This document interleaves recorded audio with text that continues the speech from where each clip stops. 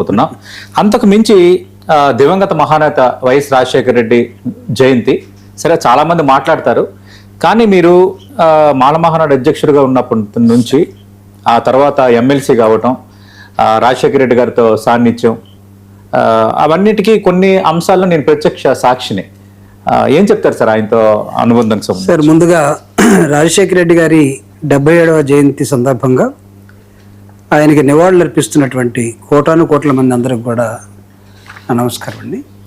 మీరు అన్నట్టుగా రాజశేఖర రెడ్డి గారి పీరియడ్లో ఎమ్మెల్సీగా 2007 నుంచి 2015 దాకా ఉండటం, ఆయనతో పాటు 2004 నుంచి 2009 దాకా ప్రత్యక్షంగా ప్రయాణం చేయటం. ఒక విధంగా చెప్పాలంటే జూపూడి అనే అతను రాజశేఖర రెడ్డి మనిషి అనే ఒక నానుడు కూడా వచ్చింది. ప్రభాకర్ అని మిమ్మల్ని పిలిచేవారు, అంత చాలా దగ్గరగా. దానికి నేను నిజంగా గర్వపడుతున్నాయి.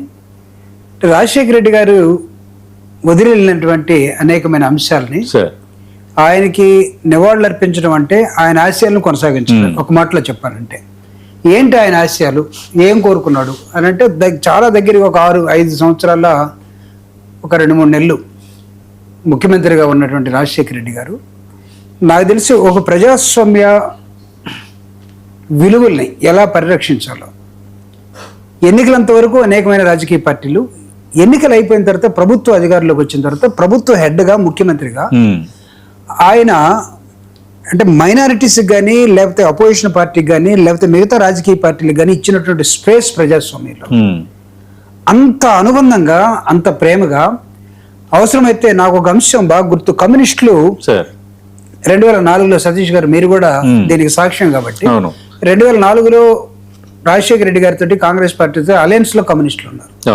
ఎందుకో రాఘవులు గారు వీళ్ళందరూ కూడా విభేదించినప్పుడు రాజశేఖర రెడ్డి గారి దగ్గర నేను కూడా ఆ రోజు ఆ డిబేట్ లో ఉన్నాను, వాళ్ళంటే కాన్వర్జేషన్ లో ఒక అంశంలో వాళ్ళు విభేదించారు. రాఘవులు గారు ఏమడిగారంటే, మనం ఎలక్షన్ లో పేదవాళ్ళందరికీ ఇళ్ల పట్టాలు ఇద్దాం అనుకున్నాం, అవి అర్జెంటుగా కావాలని అడిగారు. ఈయనేమన్నాడంటే ముఖ్యమంత్రిగా, అవును రాఘవులు గారు, ఇళ్ల పట్టాలతో ఇల్లు కూడా కట్టిద్దాం మనం, దీన్ని కొద్దిగా మనం టైం తీసుకుందాం అంటే అక్కడ విభేదించి బయటికి వెళ్ళిపోయారు. అంటే దానికోసమే కదా, విభేదించడానికి వేరే కారణాలు ఉన్నప్పుడు కూడా. అంటే ఎంత పెద్ద మనసు అంటే ఇళ్ల స్థలాలు అడిగితే ఇళ్ల స్థలాన్ని బట్టి ఇల్లు కూడా. తర్వాత ఆయన ముఖ్యమంత్రిగా ఉన్నప్పుడు అటు కమ్యూనిస్ట్ పార్టీలు కానీ, అటు బీఆర్ఎస్ కానీ, మిగతా ఇండిపెండెంట్లు కానీ, బీఎస్పీ నుంచి ఉన్న రాజారావు ఒకే ఒక ఎమ్మెల్యే నుంచి వాళ్ళకి వీళ్ళందరినీ ఎంత అకామిడేట్ చేశాడంటే ఆ నియోజకవర్గాలు ఆ రాజకీయ పార్టీలు నిజంగా ఆత్మగౌరవంతో నిలబడే విధంగా రాజశేఖర రెడ్డి గారి దగ్గర ఫైల్ తీసుకొస్తే కాదు, నో క్వశ్చన్ ఆఫ్ నో.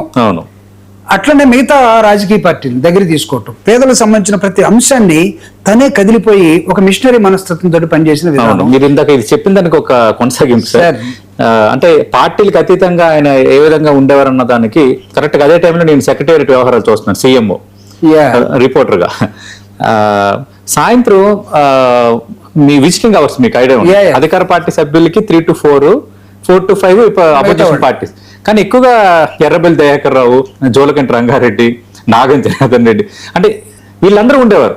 అంటే అంటే అపోజిషన్ లీడర్స్ ఎక్కువ మంది ఉండి సీఎంఆర్ఎఫ్ లు తర్వాత అర్జీలు క్లియర్ చేసుకోవడం అనేది వాళ్ళకి ఆయన ఇచ్చినటువంటి స్పేస్ అంతా స్పేస్ ఇచ్చి, అంటే ప్రజాస్వామ్యంలో నాకు తెలిసి గెలిచిన వాళ్ళు పరిపాలిస్తారు కానీ పరిపాలించేవాడు ఆలోచించాల్సింది ఏంటంటే మైనారిటీస్ గురించి, అట్టడుగు వర్గాల గురించి. ఆయన ఓడిపోతే ప్రతిపక్షం మైనారిటీ కదా, అవును, వాళ్ళని కూడా అకామిడేట్ చేసుకుని పోయే గొప్ప మనస్తత్వం. దాంతోపాటు ప్రజలకు ఏమంది ఇచ్చాడంటే, మనం హెల్త్, పేదవాడికి పెద్ద జబ్బు వస్తే అవుటే వాళ్ళని ఆరోగ్యశ్రీ అని పెట్టి కార్పొరేట్ హాస్పిటల్లో కూడా పేదవాడికి కూడా కార్పొరేట్ వైద్యం అందే విధంగా 104, 108. అదేవిధంగా విద్యకు సంబంధించి ఆయన తీసుకున్నటువంటి ఫీజు రియంబర్స్మెంట్, అది భారతదేశంలో ఏ ముఖ్యమంత్రి చేయలే.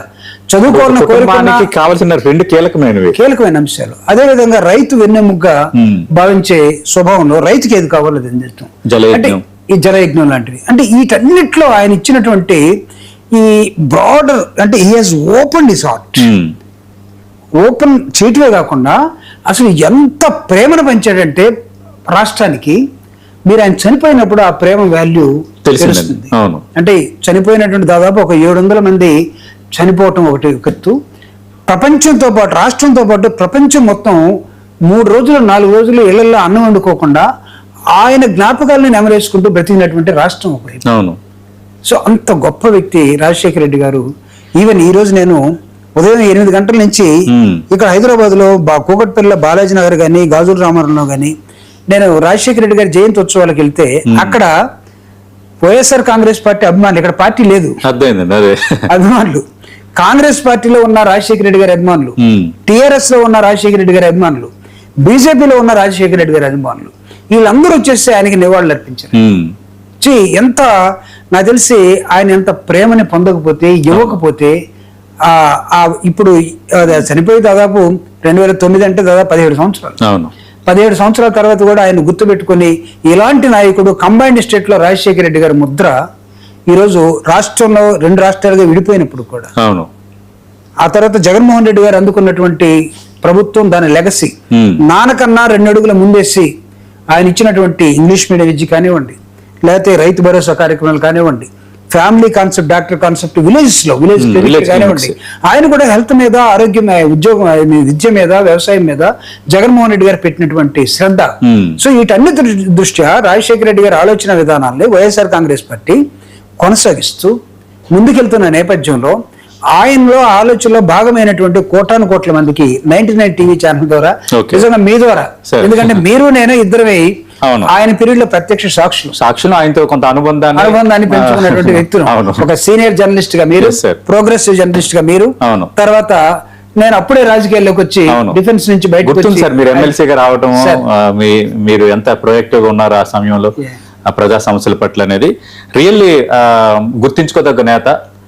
వెల్ఫేర్ ఏ లెవెల్లో ఇవ్వచ్చు, ఏ మోడల్ ఇవ్వచ్చు, ఏ స్కేల్లో ఇవ్వచ్చు అన్నదాన్ని చాలా ఈజీగా చూపించిన వ్యక్తి. అంటే ఆయన ఒక మిషనరీ మనస్తత్వంతో వెల్ఫేర్ స్టేట్ ఆఫ్ మైండ్ కలిగిన వ్యక్తి పరిపాలిస్తే ఎలా ఉంటుందో అది రాష్ట్రం, అది రాజ్యం అని గుర్తుపెట్టుకుని చేసి చూపించారు.